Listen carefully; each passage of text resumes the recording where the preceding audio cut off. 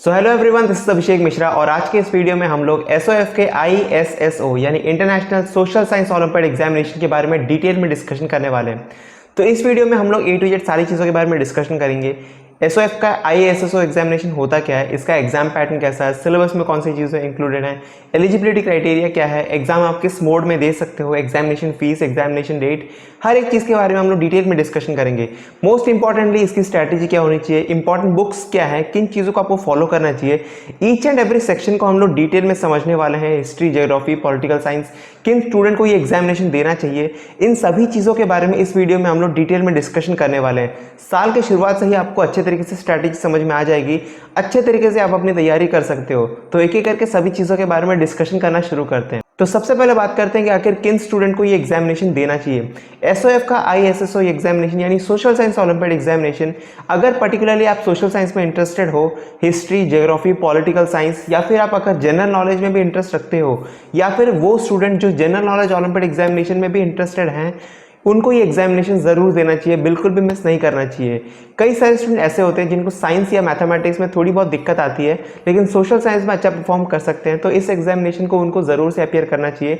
आप इस एग्जामिनेशन में बहुत अच्छा परफॉर्म कर सकते हो। इसकी बेसिक रिक्वायरमेंट आपकी मेमोरी ही होती है। आपकी मेमोरी जितनी ज़्यादा शार्प होगी, जितना ज़्यादा आप याद कर सकते हो, डेट्स, फैक्ट्स एंड फिगर्स आप जितने अच्छे तरीके से सिस्टमैटिकली रिवाइज कर सकते हो, इन सभी चीज़ों के ऊपर ही आपका परफॉर्मेंस डिपेंड करेगा।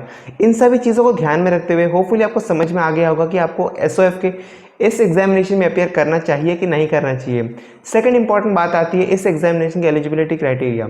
सबसे पहले और मोस्ट इंपॉर्टेंटली ध्यान से सुन लो, इस एग्जामिनेशन को क्लास 3 से लेकर के क्लास 10 तक का कोई भी स्टूडेंट अपीयर कर सकता है। अगर आप इससे छोटे हो या फिर इससे ज़्यादा हो तो इस एग्जामिनेशन में अपीयर नहीं कर सकते। इस चीज़ को ध्यान में रखते हुए आप आगे इस वीडियो में प्रोसीड कर सकते हो। सेकंड इंपॉर्टेंट पॉइंट है, एसओएफ आपके स्कूल में एग्जामिनेशन कंडक्ट करवाना ज़रूरी है। आप इस एग्जामिनेशन को इंडिविजुअली अपीयर नहीं कर सकते, ये मोस्ट इंपॉर्टेंट चीज़ है। थर्ड इंपॉर्टेंट पॉइंट है, आपका इंडियन सिटीजन होना ज़रूरी है। इन चीज़ों को ध्यान में रखते हुए अगर आप एलिजिबल हो, इस एग्जामिनेशन में ज़रूर अपीयर कर सकते हो। अब हम लोग एग्जाम पैटर्न के बारे में डिटेल में डिस्कशन करना शुरू करते हैं। तो पूरी एग्जाम पैटर्न को हम लोग 4 कैटेगरीज में डिवाइड कर सकते हैं। सबसे पहले कैटेगरी में क्लास 3 एंड क्लास 4 आ जाता है। सेकंड कैटेगरी में क्लास 5 और क्लास 6 आ जाता है। थर्ड कैटेगरी में क्लास 7 और क्लास 8 आ जाते हैं। और फोर्थ कैटेगरी में क्लास 9 और क्लास 10 के स्टूडेंट आ जाते हैं। सबसे पहले हम लोग क्लास 3 एंड क्लास 4 की बात कर लेते हैं। तो पूरे क्वेश्चन पेपर को हम लोग 2 सेक्शंस में डिवाइड कर सकते हैं। सबसे पहला सेक्शन आपका सोशल साइंस का होता है। इसमें आपको कुल मिलाकर के 30 क्वेश्चंस पूछे जाएंगे। ईच क्वेश्चन कैरीज 1 मार्क्स, तो ये सेक्शन आपका 30 मार्क्स का होता है। दूसरा सेक्शन यहाँ पर आपका अचीवर सेक्शन का होता है। इसमें आपको कुल मिलाकर के 5 क्वेश्चन पूछे जाएंगे। ईच क्वेश्चन कैरीज 2 मार्क्स, तो ये सेक्शन आपका 10 मार्क्स का बनता है। कुल मिलाकर के यहाँ पर आपको 35 क्वेश्चन पूछे जाएंगे और फुल मार्क्स यहाँ पर आपको 40 मार्क्स का होने वाला है। इस पूरे क्वेश्चन पेपर को सॉल्व करने के लिए आपको 60 मिनट्स यानी 1 आवर का टाइम पीरियड दिया जाएगा। अब हम लोग क्लास 5 और क्लास 6 की बात कर लेते हैं। तो यहाँ पर भी पूरे क्वेश्चन पेपर को हम लोग 2 सेक्शंस में डिवाइड कर सकते हैं। सबसे पहला सेक्शन यहाँ पर आपका सोशल साइंस का होने वाला है। इसमें आपको कुल मिलाकर 45 क्वेश्चन पूछे जाएंगे। ईच क्वेश्चन कैरीज 1 मार्क, तो ये सेक्शन आपको 45 मार्क्स का बनता है। दूसरा सेक्शन यहाँ पर आपका अचीवर सेक्शन का होता है। इसमें आपको कुल मिलाकर के 5 क्वेश्चन पूछे जाएंगे। ईच क्वेश्चन कैरीज 3 मार्क्स, तो ये सेक्शन आपका 15 मार्क्स का बनता है। कुल मिलाकर के यहाँ पर आपको 50 क्वेश्चन पूछे जाएंगे और फुल मार्क्स यहाँ पर आपका 60 मार्क्स का होने वाला है। इस पूरे एग्जामिनेशन को देने के लिए भी आपको 60 मिनट्स यानी 1 आवर का टाइम पीरियड दिया जाएगा। अब हम लोग क्लास 7 और क्लास 8 की बात कर लेते हैं। तो यहाँ पर पूरे क्वेश्चन पेपर को हम लोग 4 सेक्शंस में डिवाइड कर सकते हैं। सबसे पहला सेक्शन यहाँ पर आपका हिस्ट्री का होने वाला है। इसमें आपको कुल मिलाकर 20 क्वेश्चन पूछेंगे। ईच क्वेश्चन कैरीज 1 मार्क, तो ये सेक्शन आपको 20 मार्क्स का बनता है। दूसरा सेक्शन यहाँ पर आपको ज्योग्राफी का होने वाला है। इसमें आपको कुल मिलाकर के 15 क्वेश्चन पूछेंगे। ईच क्वेश्चन कैरीज 1 मार्क, तो ये सेक्शन आपका 15 मार्क्स का बनता है। थर्ड सेक्शन यहाँ पर आपका सोशल एंड पॉलिटिकल लाइफ का होने वाला है। इसमें आपको कुल मिलाकर के 10 क्वेश्चन पूछेंगे। ईच क्वेश्चन कैरीज 1 मार्क, तो ये पूरा सेक्शन आपका 10 मार्क्स का बनता है। फोर्थ सेक्शन यहाँ पर आपका अचीवर सेक्शन का होने वाला है। इसमें आपको कुल मिलाकर 5 क्वेश्चन पूछेंगे। ईच क्वेश्चन कैरीज 3 मार्क्स, तो ये सेक्शन आपका 15 मार्क्स का बनता है। इस पूरे क्वेश्चन पेपर में आपको 50 क्वेश्चंस दिए जाएंगे और फुल मार्क्स यहाँ पर आपका 60 मार्क्स का होने वाला है। इस पूरे एग्जामिनेशन को देने के लिए भी आपको 60 मिनट्स यानी 1 आवर का टाइम पीरियड दिया जाएगा। अब हम लोग क्लास 9 और क्लास 10 के स्टूडेंट्स की बात कर लेते हैं। तो यहाँ पर पूरे क्वेश्चन पेपर को हम लोग 5 सेक्शंस में डिवाइड कर सकते हैं। सबसे पहला सेक्शन आपका हिस्ट्री का होने वाला है। इसमें आपको कुल मिलाकर के 15 क्वेश्चन पूछेंगे। ईच क्वेश्चन कैरीज 1 मार्क, तो ये सेक्शन आपका 15 मार्क्स का बनता है। दूसरा सेक्शन यहाँ पर आपको ज्योग्राफी का होने वाला है। इसमें आपको कुल मिलाकर के 10 क्वेश्चन पूछे जाएंगे। ईच क्वेश्चन कैरीज 1 मार्क, तो ये सेक्शन आपका 10 मार्क्स का होने वाला है। थर्ड सेक्शन यहाँ पर आपका पॉलिटिकल साइंस का होने वाला है। इसमें आपको कुल मिलाकर 10 क्वेश्चन पूछे जाएंगे। ईच क्वेश्चन कैरीज 1 मार्क, तो ये सेक्शन आपका 10 मार्क्स का बनता है। फोर्थ सेक्शन यहाँ पर आपका इकोनॉमिक्स का होने वाला है। इसमें आपको कुल मिलाकर के 10 क्वेश्चन पूछे जाएंगे। ईच क्वेश्चन कैरीज 1 मार्क, तो ये सेक्शन आपका 10 मार्क्स का बनता है। फिफ्थ सेक्शन यहाँ पर आपका अचीवर सेक्शन का होने वाला है। इसमें आपको कुल मिलाकर 5 क्वेश्चन पूछे जाएंगे। ईच क्वेश्चन कैरीज 3 मार्क्स, तो ये सेक्शन आपका 15 मार्क्स का होने वाला है। कुल मिलाकर के यहाँ पर आपको 50 क्वेश्चन पूछे जाएंगे और फुल मार्क्स यहाँ पर आपका 60 मार्क्स का होने वाला है। इस पूरे एग्जामिनेशन को देने के लिए भी आपको 60 मिनट्स यानी 1 आवर का टाइम पीरियड दिया जाएगा। होपफुली आपको एग्जाम पैटर्न अच्छे तरीके से समझ में आ गया होगा। एग्जाम कंप्लीटली ऑफलाइन मोड में होने वाला है। यहाँ पर आपको इंपॉर्टेंट चीज़ ध्यान में रखनी जरूरी है, यहाँ पर कोई भी नेगेटिव मार्किंग नहीं है, इसलिए आपको कोई भी क्वेश्चन छूटना नहीं चाहिए। स्ट्रैटेजी में भी इस चीज़ को मैं दोबारा रिपीट करने वाला हूँ। इस चीज़ को ध्यान में रखना बहुत ज़्यादा जरूरी है, क्योंकि कई सारे बच्चे एसओएफ के ओलंपियाड एग्जामिनेशन में क्वेश्चन छोड़ के आ जाते हैं, जो कि बिल्कुल भी एक्सेप्टेबल नहीं होता है। क्वेश्चन आपको छूटना नहीं चाहिए। लास्ट का 1 मिनट 2 मिनट आप यूटिलाइज कर सकते हो। सारे के सारे क्वेश्चन अच्छे तरीके से आपको अटेंड करना बहुत ज़्यादा इंपॉर्टेंट बन जाता है। अगर हम लोग एग्जामिनेशन के सिलेबस के बारे में बात करें तो सिलेबस हर एक क्लास का डिफरेंट होने वाला है, क्योंकि ये एग्जामिनेशन क्लास वाइज होता है। क्वेश्चन पेपर डिफरेंट होते हैं, इसलिए सिलेबस भी डिफरेंट होने वाला है। अगर आप सिलेबस को एनालिसिस करना चाहते हो या फिर सिंपली मैं आपको समझाने की कोशिश करूं तो एनसीईआरटी में जितने भी टॉपिक्स आपके गिवन है वो सारे के सारे आपके सिलेबस में गिवन है। होपफुली आपको एग्जाम पैटर्न और सिलेबस अच्छे तरीके से समझ में आ गया होगा, क्योंकि इसी के ऊपर हम लोग हमारी स्ट्रैटेजी डिसाइड कर सकते हैं। इसके अलावा कुछ इंपॉर्टेंट चीजों की बात करें तो एग्जामिनेशन फीस यहाँ पर आपका 125 रुपीज होने वाला है। एग्जामिनेशन इंग्लिश में ही होने वाला है और यहाँ पर एक सिंगल स्टेज एग्जामिनेशन है। एसओएफ के सारे एग्जामिनेशंस में से सिर्फ साइंस, मैथमेटिक्स और इंग्लिश को छोड़ के बाकी सारे के सारे एग्जामिनेशन आपके सिंगल स्टेज एग्जामिनेशन होते हैं। इस चीज़ को ध्यान में रखते हुए अब हम लोग सबसे इंपॉर्टेंट यानी स्ट्रैटेजी के बारे में डिस्कशन करना शुरू करते हैं। सबसे पहले आपको सबसे इंपॉर्टेंट चीज़ है आपके बेसिक फंडामेंटल्स क्लियर होना जरूरी है, जिसके लिए मोस्ट इंपॉर्टेंट है आपका एनसीईआरटीज। साल की शुरुआत से ही एनसीईआरटी को अच्छे तरीके से कंप्लीट करने की कोशिश करो। सिलेबस कंप्लीट होना जरूरी है। एग्जामिनेशन से पहले आपका सिलेबस कंप्लीट हो जाना बहुत ज़्यादा इंपॉर्टेंट है। एग्जामिनेशन से पहले अगर आपका सिलेबस इनकम्प्लीट रहा तो एग्जामिनेशन में आप अच्छा परफॉर्म नहीं कर सकते हो। इस चीज़ को ध्यान में रखते हुए अच्छे तरीके से सिस्टमैटिकली एक एक टॉपिक खत्म करते हुए जाना बहुत ज़्यादा ज़रूरी है। अगर आप हायर क्लासेस के हो तो आपको चीज़ें थोड़ी ज़्यादा डिफिकल्ट हो सकती हैं। इस चीज़ को ध्यान में रखते हुए अपनी पेस को मेंटेन करते हुए अच्छे तरीके से कवर करने की कोशिश करो।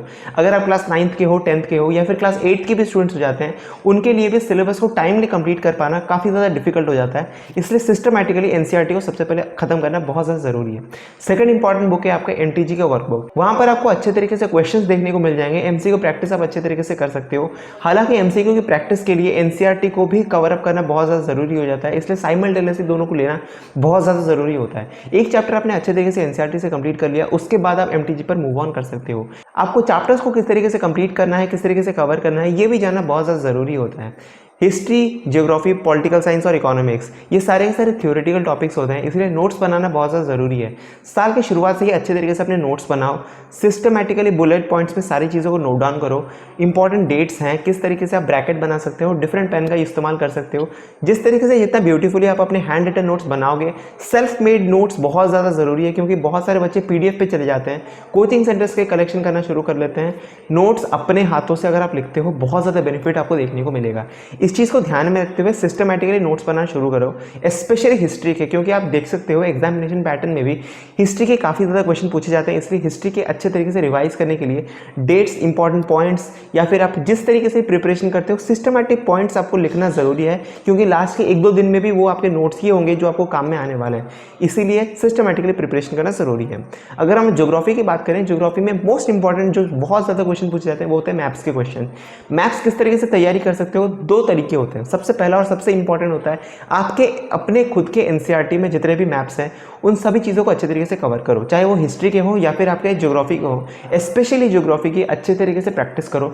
आप एक खुद से स्टेंसिल खरीद सकते हो या फिर आप पॉलिटिकल मैप भी खरीद सकते हो। वहाँ पर अच्छे तरीके से पॉइंट आउट करो जितने भी टाइप के क्वेश्चन हैं आपके सिलेबस में, जो टॉपिक्स हैं उनके मैप्स आपके टेक्स्ट बुक में ऑलरेडी गिवन है, उन चीज़ों को अच्छे तरीके से फॉलो कर सकते हो। सेकेंड ऑप्शन है आप एटलस खरीद सकते हो। एटलस यूनिवर्सल होता है, यानी वो किसी भी मैप स्टडी स्टडी के लिए, चाहे आप स्कूल गोइंग स्टूडेंट हो, कॉलेज के हो या फिर यूपीएससी की तैयारी कर रहे हो, वो बहुत ज़्यादा हेल्प कर लेता है। इसीलिए अगर आपके पास एटलस है वो आपको बहुत ज़्यादा हेल्प करेगा, फ्यूचर में भी हेल्प करेगा, इसलिए एक एटलस खरीद लेना बहुत ज़्यादा ज़रूरी है। अगर आप कौन सा एटलस खरीदना चाहते हो, कन्फ्यूज़ हो, तो इस वीडियो को ज़रूर देख सकते हो। वहाँ पर मैंने अच्छे तरीके से आपको रिव्यू करके बताया हुआ है किस तरीके से एटलस आपको पढ़ना है, किस तरीके से फॉलो करना है, आपको अच्छे तरीके से समझ में आ जाएगा। इन सभी चीज़ों को ध्यान में रखते हुए आप अच्छे तरीके से अपने सोशल साइंस ओलंपियाड एग्जामिनेशन की तैयारी साल के शुरुआत से ही कर सकते हो। अभी समर हॉलीडेज चल रहे होंगे, अच्छे तरीके से इन चीज़ों का यूटिलाइज करो। जिस किसी ओलंपियाड की तैयारी कर रहे हो, चाहे आप साइंस की हो, मैथमेटिक्स की हो, सोशल साइंस की हो, जनरल नॉलेज की हो, अच्छे तरीके से अपने सिलेबस जल्दी से जल्दी कंप्लीट करने की कोशिश करो, क्योंकि आपको रिवीजन का टाइम भी उतना ज़्यादा मिल जाएगा। अच्छे तरीके से आप रिवाइज भी कर लोगे, अच्छे तरीके से एग्जामिनेशन के लिए अपने मॉक टेस्ट भी दे सकते हो, प्रीवियस ईयर क्वेश्चन पेपर को फॉलो कर सकते हो, प्रीवियस ईयर क्वेश्चन पेपर को कलेक्शन करो, अच्छे तरीके से उनको चीज़ों को फॉलो करते हुए सिस्टमैटिकली एग्जामिनेशन में अपीयर कर सकते हो। मैं फिर से एक चीज़ को रिपीट करना चाहूँगा कि एग्जामिनेशन में कोई भी नेगेटिव मार्किंग नहीं है, इसलिए कोई भी क्वेश्चन छूटना नहीं चाहिए आपसे।